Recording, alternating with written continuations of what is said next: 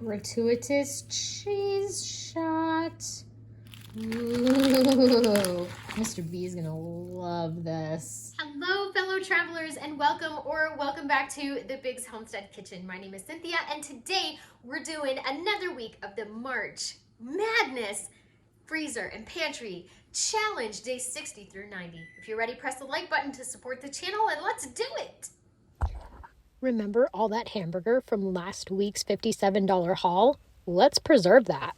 The first thing I'm going to do with all that hamburger is make some grab-and-go burgers. These are a summer staple at the Biggs household.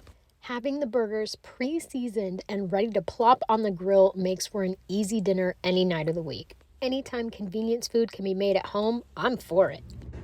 And that's how I prep my burgers for the freezer so that when I take them out, they're all ready to go. And now my burger thing is all full. These are the ones that we had left over. And then these are ready to go in the freezer. And this is just one of those hamburger things from Aldi.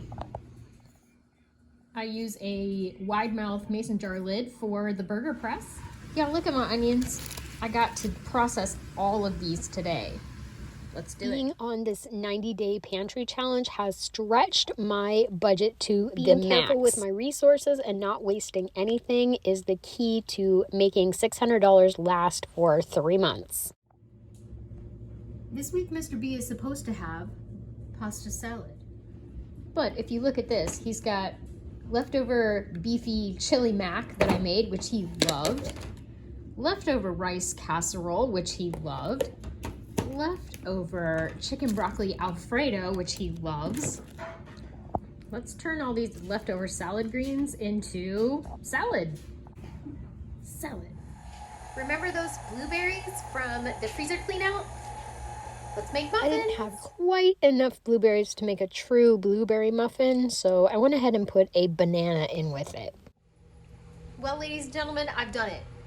The big mystery bag that was in the freezer clean out that I thought was spaghetti sauce. I think it actually is spaghetti sauce. I thought it just enough to be able to cut it in half. I've got some in the microwave. Let's find out what it is.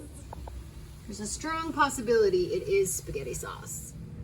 This week's Recession Ready Recipe sent in by Sue-Ann O'Buck in Sinking Spring, Pennsylvania. We are gonna make a spaghetti pie. Recipe screenshot time for you. Mr. B was so excited this week to find out that our Recession Ready recipe is a spaghetti pie from 2008. The lovely Quick Cooking magazine. I made these for my kids back when I got these. This was a family staple. Those lasagna rolls were requested by my kids for their birthday dinner more than 1 year in a row. They loved those. The recipe calls for kielbasa, but I decided to use this roll sausage instead. Look at those pretty little blueberry muffins. The goal this week, keep using up the stuff in the freezer. I wasn't sure what 4 ounces of spaghetti looked like, so I had to measure that.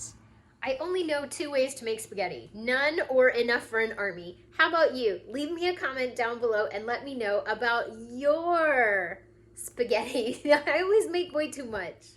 Okay, good news. This is a chunky garden-style spaghetti sauce that I made one time. It's got red peppers in it. It's got stuff from our garden in it. It's got carrots in it. Stoked. Since this half is still frozen, I'm gonna put it back in the freezer. And this time it has a label on it. With this one, we're kind of going inspired by the recipe because I don't have a lot of the low-fat ingredients, but I definitely wanted to use up this ricotta cheese. This recipe came together super fast. I was so pleased with it. I feel like this is rather unseasoned. It's just the ricotta with the egg in it. Should I put some garlic powder in here? I think I'm going to. I added garlic powder and Italian seasoning. Spaghetti is done. Next up, we're just gonna throw the Parmesan cheese in, and then make a crust out of it for the spaghetti pie. If you served this recipe with a side salad and some garlic bread, I think there would be enough for 4 people here. I'm counting this as a recession ready recipe because it's under 10 minutes and I have most of the ingredients on hand. Probably asking yourself, Cynthia, why do you keep all your cheese in the freezer? It's because we don't eat a lot of cheese and I don't like it to go bad. Back in you go. That actually came out as pretty as the picture. It's really cute. What do you think? Definitely a winner. It's good. You could hide all kinds of garden vegetables in that. You could hide some zucchini in there. You could hide some summer squash. Like you could hide some stuff in that. Mm. We'll make again.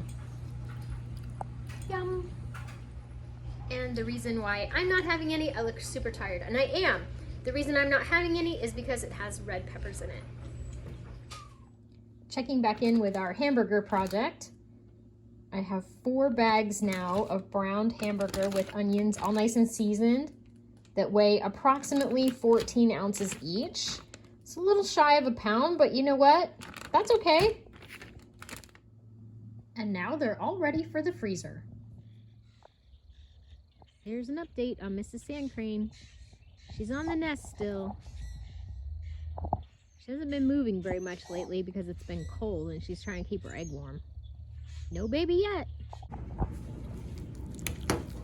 Dogs are getting their flea medicine today, so I made them a special meal of ground chicken, egg, and pumpkin. This is the leftover pumpkin from last week's pumpkin muffins. Compliments to the chef. Yum. I think Dixie's enjoying. Are you liking that? That's good stuff. It has been a very busy morning here at the Biggs household. Thank you so much for tuning in and hanging out with me in the kitchen while we get Recession Ready Recipes and meal plans ready for the week. Thank you again, and remember everybody, no matter where you roam, you can always find your way back home to the Biggs Homestead Kitchen. Bye! I've got some new artwork this week. Thank you to Lonnie for sending me that picture.